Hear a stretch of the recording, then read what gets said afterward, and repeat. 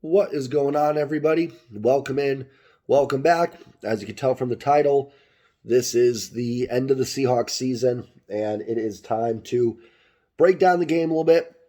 I'll talk a little bit about the draft, and I'll talk a little about the content for my channel coming up in the future. First and foremost, if there are any Niner fans watching this, congratulations. This is not a trash talking channel. That's not me. I think we're all a little too old for that now, at least I am. I said in my pregame video, I thought they were the superior team. I thought they would win. I thought there were some things Seattle could do. And honestly, if you watch my pregame video, I think Seattle did do a lot of those things. But this is an immensely talented Niners team. I mean, they're good at running back. They're good at receiver. They're good at tight end. They're good on the O-line. Brock Purdy impressed me today. Their D-line is good. Their linebackers are amazing. Maybe the secondary is the one area where they're not elite. They've got great coaching with Shanahan, DeMeco Ryans. This is a team capable of winning the Super Bowl. So if you are a Niners fan, obviously the Seahawks fans were rivals. I can't say I'm rooting for you, but I do wish you guys the best, and congratulations. Always feels good when your team gets a dub. I respect that, and a nice win for the 49ers as they move on in the playoffs and have a chance to hoist a Lombardi this year. For Seattle, they did a lot of what I said. If you watch my pregame video, they ran the ball pretty well. They established the run. They stayed out of third and longs, until the game got out of hand in the fourth quarter. DK was an alpha. They got him involved. He had a big game. Ended up finishing with 10 for 136 and 2 touchdowns. The amazing 50-yard touchdown. He had a great catch on a 3rd and 12 as well. So, especially offensively, and up until that fourth quarter, they avoided turnovers too. So they did a lot of what I asked them to do offensively, not what I asked them to do, but a lot of what I thought they could do to stay in the game. And to no surprise, they were. They were up at halftime, 17-16, despite getting down 10-0. And I'll be honest, down 10-0, I was ready for the doors to be blown open. I guess you could call those the blores on the Seahawks to just knock them out right away. But credit to this team, no quit. They came back, and thanks to kind of a boneheaded penalty at the first half, they went in ahead. They were up at halftime. And I know a lot of people are going to sit there and say, oh, they got massacred in the second half. It was really just the fourth quarter because they were down 23-17. They were driving down the field, and they had the ball, in the red zone to start the fourth quarter, chance to take the lead. They got it down to the 7 with a pass to Tyler Lockett. Then Damian Lewis was called for ineligible downfield, which I thought was a little questionable considering how the refs had kind of been letting him play the whole way. But then kind of seemed odd that the flag came out right then. But, Seattle also got away with a face mask on McCaffrey, I think early on the third quarter. And then there was that play where Abrams sort of pulled on Debo. I'm not going to lie, that looked a little dirty. Maybe it wasn't, maybe just pulling the leg up. I don't know. But hopefully it wasn't because I don't like seeing that regardless of what team I'm rooting for. So at the end of the day, and even with that penalty, Seattle still had the ball. And then they had what we talked about they couldn't do, the critical turnovers. I didn't say turnovers because if you're at your own 45, you heave one up and Hufanga picks it off at the 4-yard line. That's not going to kill you. But to be in the Niners territory and to turn that ball over felt like game over. Even if you get a field goal there, 23-20, you can get a stop, home to a field goal. You'll have that ball down by one possession and maybe a chance to win that football game. So really disappointing that they weren't able to cash in there. But all in all, if you're a Seahawks fan, it's hard to be mad at this season. First of all, maybe at some point when they were 6-3, we thought this team maybe had some Super Bowl potential. But then they lost to the Bucs, the Raiders. They lost to the Panthers in there. I think we realized this wasn't a Super Bowl team. They finished great with 2 wins. I don't want to say they snuck in. They got in. And remember, they beat Detroit earlier in the season too, so they deserve to get into the playoffs. But this was not a Super Bowl team. If this team did make a Super Bowl run, it would have been, a minor miracle. This is not a Super Bowl roster that was ready to, make a deep run into the playoffs. It was sort of a house money thing. We talked about that. It was a team that was lucky to be there, I guess you could say. But you know what? remember what the preseason predictions were for the Seahawks team. Everybody, not everybody, multiple people. You can find preseason power rankings here on YouTube that had the Seahawks at 32nd in the power rankings. Multiple ones had them there. I had them at 6-11, which truthfully was probably on the more optimistic side compared to some people. And most people had them picking top 5. And they are. They're picking top 5 because of Denver. And Denver struggles. And Seattle will pick 19 or 20, depending on what Tampa Bay does Monday night. They'll pick 20th if Dallas wins and 19th if Tampa Bay wins. They will then pick on the top 5 again in the second round. And this rookie class looks amazing. We've said the names before, but Kenneth Walker, who finished the year outstanding after a little bit of a lull maybe in the middle the season. But he finishes on a great run and actually ran the ball pretty well today. Had Seattle been able to keep it a one-score game, I think he would have had a shot to crack 100. We talk about Tariq Woolen. Wasn't his best game today, but still a tremendous rookie year. I didn't see much from Kobe Bryant today, but still took some nice steps in the right direction. I thought the rookie tackles did a nice job today. They had a great start in the first half of the year. Cooled off a little bit. That's okay. These are guys used to playing 12, 13 games that now had to play 18 games. And I thought they actually did really well today. I thought this was the best they'd played in a long time. Both Cross and Lucas did a nice job. I actually thought the interior offensive line held up pretty well. And I've been critical of Austin Blythe and Gabe Jackson, but I thought they even played okay. And Boye Mafe showed some potential as well. So, you make the playoffs, you get a great rookie class, and now you have multiple draft picks coming up in this next draft. So the future is very bright for Seattle. With that said, there is still a lot of work to do with this roster. Second time in a few months here, I've done an elimination game or talked about it for my team. I did with the Mariners against the Astros. Both my teams knocked out by division rivals. That kind of stings. And then the Seahawks with the Niners. I think the Mariners are further along than the Seahawks if you want to kind of make a comparison. For instance, I thought the Mariners were more likely to win the World Series than the Seahawks were to win the Super Bowl. There is work to do on this team. You could look at the defense and make a case that every position needs to be upgraded. I thought the offense today was fine. I didn't think they were amazing, but they were good enough to win this football game, or at least be in position to win the football game. The offense was okay. The defense, so many Niners were wide open. First of all, they got lucky early on. Purdy was missing some throws. He had some guys open, and Purdy was just missing them.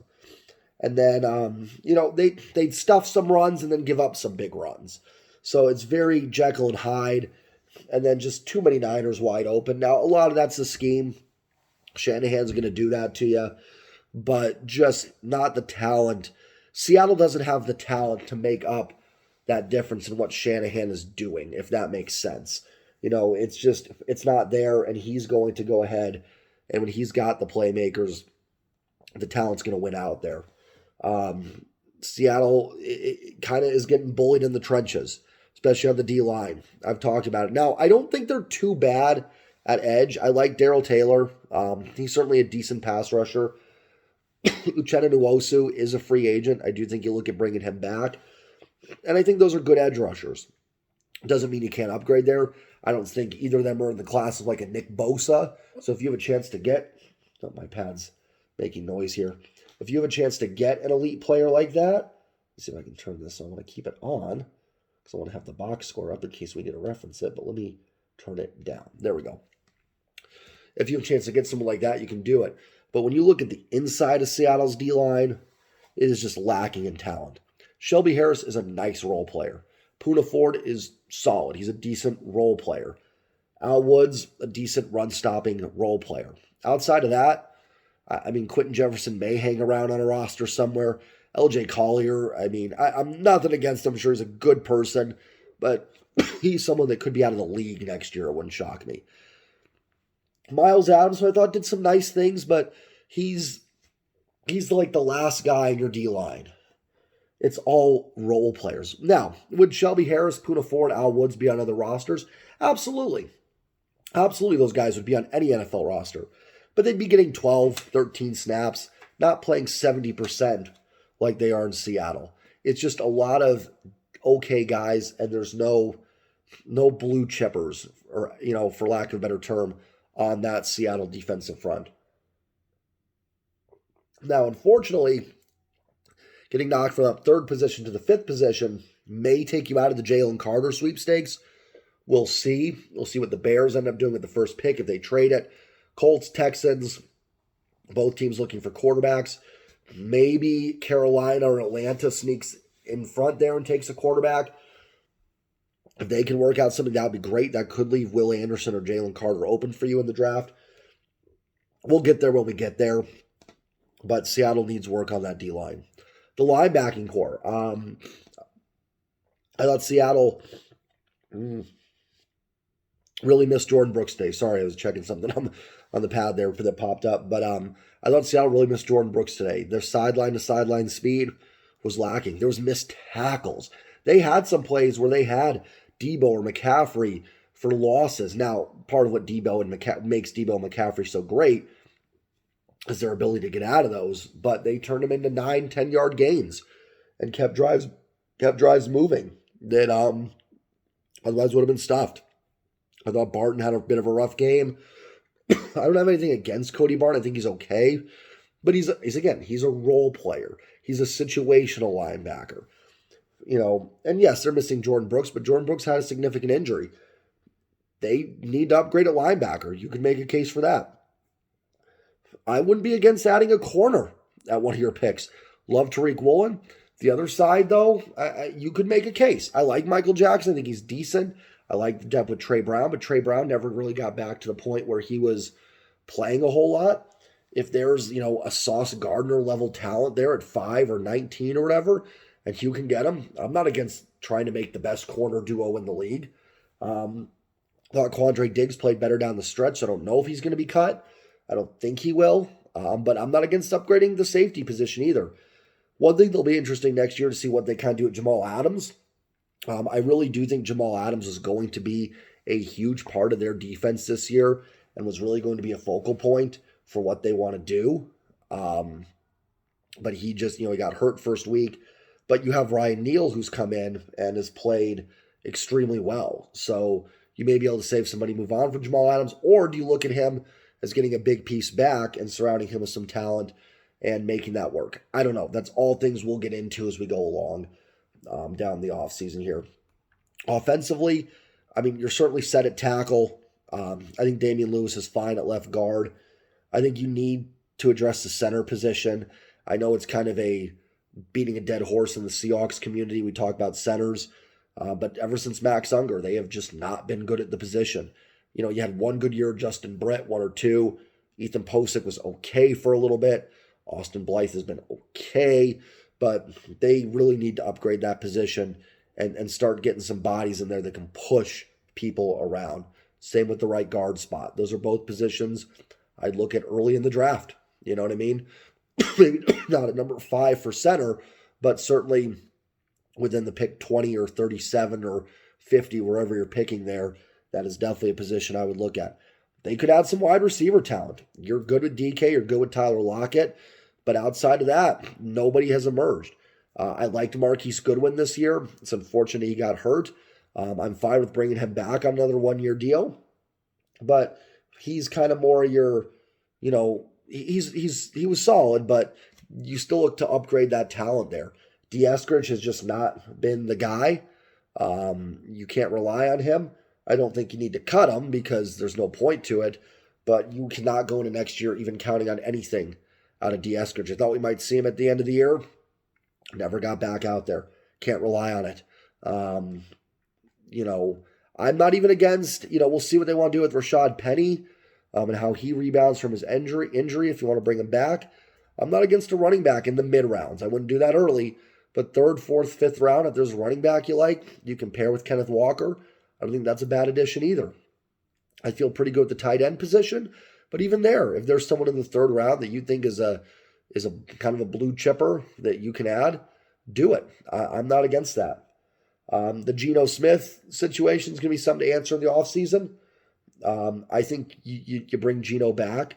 I think he's shown enough that he is at least a good, stable quarterback. Doesn't mean you can't look to upgrade the position at some point. I wouldn't give Geno 7, 8 years or anything like that, but I think a 3-year deal with maybe something you can get out of after year 2, or a 2-year deal you can get out of after year 1 is decent. I think you do look at drafting a quarterback. I'm not against it. I wouldn't do it early because I just think this roster has so much other holes that they need to build on. And you have to look at it, is a rookie quarterback going to come in and be as good as Geno Smith was this year? And even if he's the same, well, then you've started the clock on your rookie quarterback already, and you're dealing with the same talent behind you. So you're just going to be in the same spot with an ultra young, talented quarterback, but you're not making the developments anywhere else. I'm not against looking at quarterbacks, maybe the end of round 1, early round 2, if there's somebody you really like that is there. Excuse me while I grab some water. But I think you've got to build in the trenches as well. Now, you could draft a quarterback at 5 and, still build in the trenches with the other picks you have. And we know the Seahawks like Josh Allen. We know they like Patrick Mahomes. So maybe they do have a good eye for the talent. If you love CJ Stroud and he is there and you are enamored with him and you think he is the next Patrick Mahomes, then, maybe you do pull the trigger. But that's all stuff we'll get into. I would bring Geno Smith back. I think he's shown he is one of the 32 best quarterbacks in this league. And I think if you can improve some of the stuff around, maybe some of that interior blocking, and make the defense a little bit better, you could get a 10-11 win team out of this. So this is going to be a very exciting offseason for the Seahawks. A lot of draft talk. I'm going to dive into it. I'm going to have mock drafts probably once a week that we're going to look at.